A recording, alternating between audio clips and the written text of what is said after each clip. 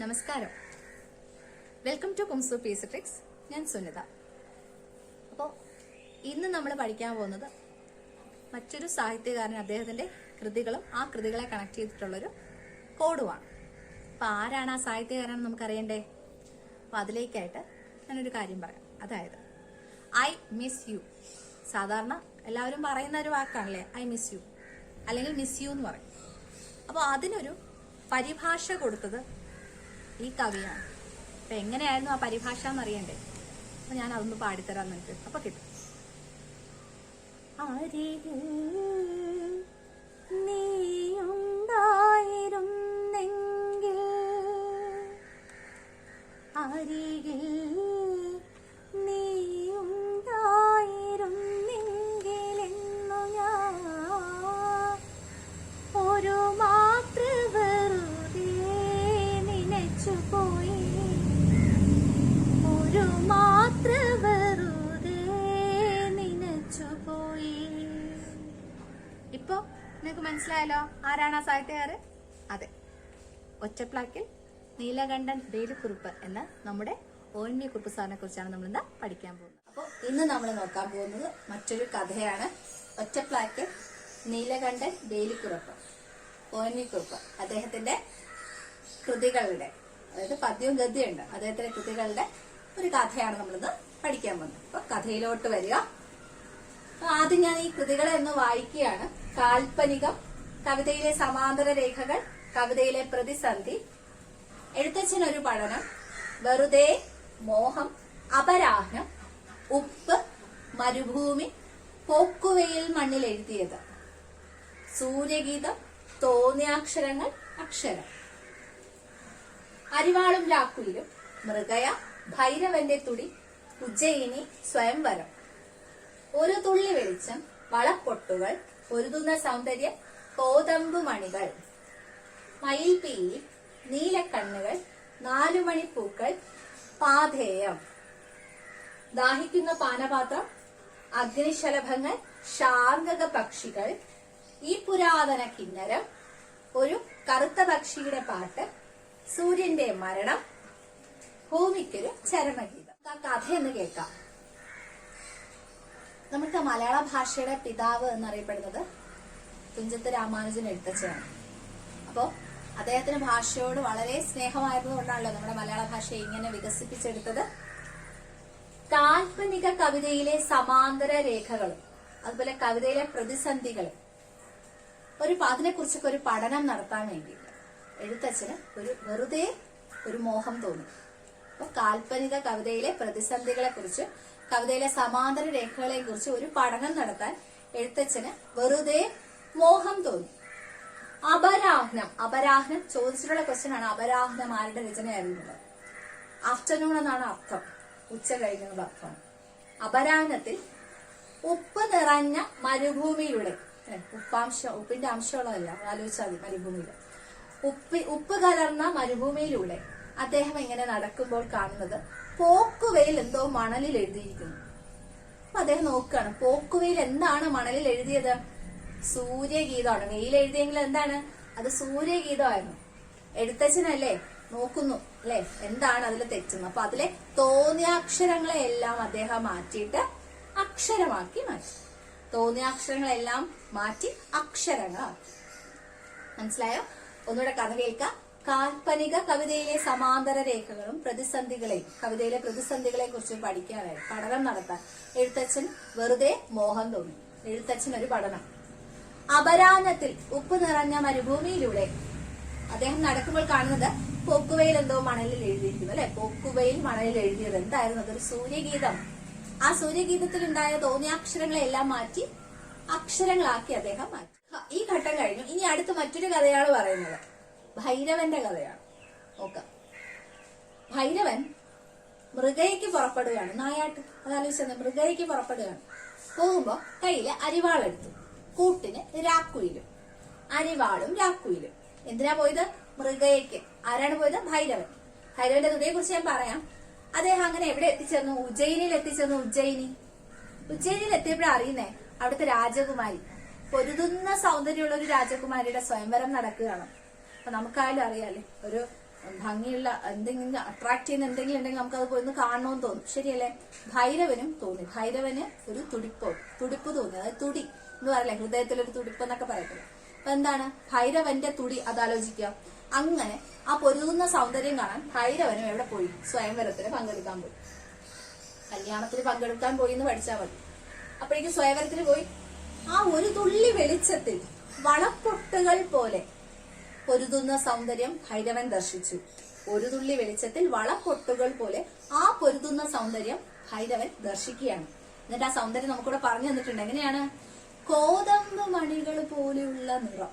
കോതമ്പ് മണി പോലെ ഉള്ള നിറം. മയിൽപ്പീലി പോലും തോറ്റുപോകുന്ന രീതിയിലുള്ള നീല കണ്ണുകൾ. മയിൽപ്പീലി പോലും തോറ്റുപോകുന്ന രീതിയിലുള്ള നീലക്കണ്ണുകൾ. മയിൽപ്പീലി നീലക്കണ്ണുകൾ. മൂക്കാണെങ്കിലോ 4 മണി പൂക്കളെ പോലെ ഉണ്ട്. 4 മണി പൂക്കളിൽ നല്ല നീളം ഉണ്ട് കേട്ടോ. അതിന്റെ തണ്ടിന് നല്ല നീളം, ആലോചിച്ചത് ഞെട്ടിന് നല്ല നീളം. അപ്പൊ 4 മണി പൂക്കൾ പോലെ മൂക്ക്. നമ്മളൊക്കെ വിവാഹത്തിലൊക്കെ പോയി പങ്കെടുക്കും. പെൺകുട്ടിയും അതുപോലെ കല്യാണ പയ്യനെയൊക്കെ ഒന്ന് കാണും. കണ്ട് അവര് ഭംഗിയൊക്കെ ഉണ്ടെന്നൊക്കെ കണ്ടു കഴിഞ്ഞാൽ അടുത്ത് നമ്മുടെ രീതി എന്താണെന്ന് അറിയാലോ. നമ്മൾ ജസ്റ്റ് നമ്മളൊക്കെ ഒന്ന് പോയി ഒന്ന് ജസ്റ്റ് എല്ലായിടും ഒന്ന് നോക്കിയിട്ടൊക്കെ വരും. നേരെ പോയി ഇവിടെ കയറും. കല്യാണം കഴിഞ്ഞോ ഒന്നും നോക്കാൻ നിൽക്കില്ല, സദ്യ കഴിക്കാൻ കയറും അല്ലേ? ഫുഡാണ്, അതല്ലേ നമ്മുടെ മെയിൻ കാര്യം. ഇദ്ദേഹം എന്തിനു പോയി? പാതേയം കിട്ടി. പാതയം എന്ന് വെച്ചാൽ കൊതിച്ചോറെന്നാണ് അർത്ഥം. അപ്പൊ പാതയം വാങ്ങിക്കൊണ്ട് ഭൈരവൻ നേരെ തിരിച്ച് വീണ്ടും പോവുകയാണ്. പോകുന്ന വഴിക്ക് പാനപാത്രത്തിൽ അഗ്നിശലഭങ്ങൾ വന്നിരിക്കുന്നു. അഗ്നിശലഭങ്ങളാണ്, സാധാ ശലഭങ്ങളല്ല. അഗ്നിശലഭങ്ങൾ പാനപാത്രത്തിൽ വന്നിരുന്ന അതിൽ വെള്ളം മൊത്തം എന്ത് ചെയ്യും? അങ്ങനെ ആ ഒരു പാനപാത്രത്തിന്റെ അവസ്ഥ എന്തായിരിക്കും? ദാഹിക്കുന്ന അവസ്ഥയായിരിക്കും അല്ലെ? ദാഹിക്കുന്ന പാനപാത്രം, അഗ്നിശലഭങ്ങൾ. കുറച്ചുകൂടെ പോയപ്പോ ശാർങ്ങക പക്ഷികളെ കാണുകയാണ്. ശാർങ്ങക പക്ഷികള് എന്താ പാടിക്കൊടുക്കുന്ന? ഒരു പുരാതന കിന്നരമാണ്. ഈ പുരാതന കിന്നരം പാടിക്കൊടുക്കുകയാണ്. ഈ പുരാതന കിന്നരം ശാർങ്ങക പക്ഷികളുടെ പാട്ട്. അതും കഴിഞ്ഞ് കേൾക്കുകയാണ് ഒരു കറുത്ത പക്ഷിയുടെ പാട്ട്. കുറച്ചുകൂടെ പോയപ്പോ കേൾക്കുകയാണ് ഒരു കറുത്ത പക്ഷിയുടെ പാട്ട്. കറുപ്പ് എന്ന നിറം നമുക്കറിയാം, മരണത്തെ സൂചിപ്പിക്കല്ലേ? ഈ മരണത്തിനൊക്കെ പോകുമ്പോൾ കറുത്ത കൊടിയൊക്കെ വെക്കാറില്ലേ? അപ്പൊ കറുത്ത പക്ഷിയുടെ പാട്ട് എന്തിനെ കുറിച്ചുള്ളതായിരുന്നു? സൂര്യന്റെ മരണത്തെ മുൻനിർത്തിയിട്ട് ഭൂമിക്കൊരു ചരമഗീതം ആലപിക്കുകയായിരുന്നു ആ കറുത്ത പക്ഷി. അപ്പൊ ആ കറുത്ത പക്ഷിയുടെ പാട്ട്, ഒരു കറുത്ത പക്ഷിയുടെ പാട്ട് എന്തായിരുന്നു? സൂര്യന്റെ മരണത്തെ കുറിച്ച് മുൻനിർത്തി ഭൂമിക്കൊരു ചരമഗീതമാണ്. അപ്പൊ ഇതാണ് രണ്ടാമത്തെ കഥ. അപ്പൊ ഈ 2 കഥയും കണക്ട് ചെയ്തിട്ട് നിങ്ങളിത് കഥ നന്നായിട്ട് ലഭിച്ച അവാർഡുകളെ കുറിച്ചാണ് പറയുന്നത്.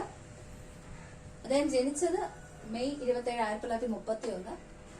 അന്തരിച്ചത് 13, 31 എന്ന് പറയാൻ തിരിച്ചിട്ടാ മതി, 13 ഫെബ്രുവരി 2016. അപ്പൊ ഞാനിവിടെ പുരസ്കാരം ലഭിച്ച 6 മലയാളികളില് 2007 ഞാനിവിടെ പുരസ്കാരം ലഭിച്ചത് ONV കുറുപ്പിനാണ്. ONV കുറുപ്പിന് ശേഷം ലഭിച്ചത് അക്കിത്തം അച്യുതൻ നമ്പൂതിരിക്കാണ്. ഓക്കെ, 2007 ഞാനിവിടെ പുരസ്കാരം ലഭിച്ചത്. അതുപോലെ അദ്ദേഹത്തിന് പത്മശ്രീയും പത്മവിഭൂഷണും കിട്ടും. അപ്പൊ പത്മവിഭൂഷൺ ലഭിച്ചത് 2011. അത് പഠിച്ചത് 2011 പത്മവിഭൂഷൺ ലഭിച്ചു. കേന്ദ്ര സാഹിത്യ അക്കാദമി അവാർഡ് അക്ഷരത്തിനാണ്. 1975 അക്ഷരത്തിന് ലഭിച്ചു. കേരള സാഹിത്യ അക്കാദമി അവാർഡ് അഗ്നിശലഭങ്ങൾക്ക് ലഭിച്ചു. അഗ്നിശലഭങ്ങൾ 1971. ഓക്കെ, അപ്പോ അക്ഷരം കേന്ദ്ര സാഹിത്യം, അഗ്നിശലഭങ്ങൾ കേരള സാഹിത്യം. അതുപോലെ വയലാർ അവാർഡ് ലഭിച്ചത് ഉപ്പിനാണ്. ഉപ്പ് സോവിയറ്റ് ലാൻഡ് നെഹ്റു അവാർഡും 1981 ലഭിച്ചു ഉപ്പിന്. അപ്പൊ വയലാർ അവാർഡ് വർഷം ഒന്ന് ഓർത്ത് വയ്ക്കാം. 1982. നമ്മള് 1982 എന്ന് എഴുതുന്നത് രണ്ടിനെ ഇങ്ങനെ എഴുതിക്കൂടെ? ഉപ്പ് എന്ന് എഴുതും പോലെ എഴുതുന്നത്. അപ്പൊ അത് ഓർത്താൽ മതി. ഉപ്പ് 1982 ഉപ്പിന് ലഭിച്ചത് വയലാർ അവാർഡ്. ഈ വയലിലൊക്കെ നമ്മള് ഉപ്പ് കലർന്ന മണ്ണിലുമൊക്കെ വളരുന്ന നെല്ലിനങ്ങളൊക്കെ നമ്മൾ പഠിച്ചിട്ടില്ലേ? അപ്പൊ വയല് ഉപ്പുമായിട്ട് അങ്ങ് ബന്ധപ്പെടുത്തുക. അതുപോലെ കേരള സാഹിത്യം അഗ്നിശലഭങ്ങൾ, കേന്ദ്ര സാഹിത്യമാണ് അക്ഷരം. ഇനി ഓടക്കുഴൽ അവാർഡ് മൃഗയ്ക്കാണ് ലഭിച്ചത്. മൃഗയ 1990 മൃഗയ്ക്കാണ് ലഭിച്ചത്. പണ്ട് കൃഷ്ണൻ ഓടക്കുഴൽ ഊതിയിട്ട് നമ്മുടെ പശുക്കളെല്ലാം ഓടിയെത്തുമായിരുന്നത് പഠിച്ചിട്ട്. അപ്പൊ മൃഗങ്ങളെല്ലാം ഓടിയെത്തി. കേട്ടിട്ടില്ല ആ ഒരു കഥ? വേണുഗാനം മീട്ടുമ്പോ ഈ ഗോപികമാരും ഒക്കെ വരും. അതുകൊണ്ട് മൃഗങ്ങളെല്ലാം ഓടിയെത്തുന്ന ഒരു കഥ നമ്മൾ പഠിച്ചിട്ടുണ്ട്. അപ്പൊ അതാലോചിച്ചത് മൃഗയ്യ ഓടക്കുഴൽ അവാർഡ്, തെറ്റിപ്പോവണ്ട. അപ്പൊ അക്ഷരം കേന്ദ്ര സാഹിത്യം അക്ഷരം, കേരള സാഹിത്യം അഗ്നിശലഭങ്ങൾ, വയലാർ അവാർഡ് ഉപ്പ്, അതിന് തന്നെ സോവിയറ്റ് ലാൻഡ് നെഹ്റു അവാർഡ് കിട്ടിയിട്ടുണ്ട്. ഓടക്കുഴൽ, മൃഗയ. ഇനി ഇദ്ദേഹത്തിന് വൈശാലി എന്ന് പറയുന്ന ചിത്രം, KS ചിത്രയ്ക്ക് പ്ലേബാക്ക് സിംഗറിനുള്ള അവാർഡ് കിട്ടി, ദേശീയ പുരസ്കാരം കിട്ടി. അതുപോലെ ഇദ്ദേഹത്തിന് 1989 മികച്ച ഗാനരചയിതാവിനുള്ള അവാർഡ് കിട്ടി. അത് വൈശാലി എന്ന് പറയുന്ന ചിത്രത്തിലെ പാട്ടിനാണ് കിട്ടിയത്. പാട്ട് നിങ്ങൾ കേട്ടിട്ടുണ്ടാവും. ആ പാട്ട് അതായത് ചിത്രയ്ക്ക് എന്ത് കിട്ടി, KS ചിത്രയ്ക്ക് മികച്ച ഗായികയ്ക്കുള്ള അവാർഡ് ലഭിച്ചു. പാട്ട് ഇതായിരുന്നു, ഹിന്ദു പുഷ്പം ചൂടി നിൽക്കും രാത്രി, ആ പാട്ടാണ് കേട്ടോ. അപ്പൊ അതുപോലെ തന്നെ കേരള പുഷ്കിൻ എന്നറിയപ്പെടുന്നത് ആരാണ്? ONV കുറുപ്പാണ്. കേരള പുഷ്കിൻ എന്ന് പറയുമ്പോൾ ഇദ്ദേഹത്തിന് പുഷ്കിൻ അവാർഡ് ലഭിച്ചിട്ടുണ്ട്. 2015 പുഷ്കിൻ അവാർഡ് ലഭിച്ചത് ONV കുറുപ്പിനാണ്. അതുപോലെ ഇദ്ദേഹത്തിന്റെ തൂലികാനാമമാണ് ബാലമുരളി. ബാലമുരളി എന്ന തൂലികാനാമത്തിൽ അറിയപ്പെടുന്നത് ONV കുറുപ്പ്. തിരുവനന്തപുരം ജില്ലയിലെ ഒരു ശ്മശാനമുണ്ട്. ആ ശ്മശാനത്തിന് ശാന്തി കവാടം എന്ന പേര് നൽകിയതും ONV കുറുപ്പാണ്. അദ്ദേഹമാണ് ശാന്തി കവാടം എന്ന പേര് നൽകിയ ONV കുറുപ്പാണ്. ഈ സാറിനെ സ്മരിച്ചുകൊണ്ട് എക്കാലത്തെയും എവർഗ്രീൻ ഹിറ്റ് എന്ന് നമുക്ക് വിശേഷിപ്പിക്കാവുന്ന ഈ ഒരു കവിതയുടെ കുറച്ച് വരികൾ നമുക്ക് കേൾക്കാം. ഒരു വട്ടം കോടിയൻ ഓർമ്മകൾ മേയുന്ന തിരുമുറ്റത്തെത്തുവാൻ മോഹം, തിരുമുറ്റത്തൊരു കോണിൽ നിൽക്കുന്നൊരാ നെല്ലെ മരമൊന്നോലുത്തോവാൻ മോഹം.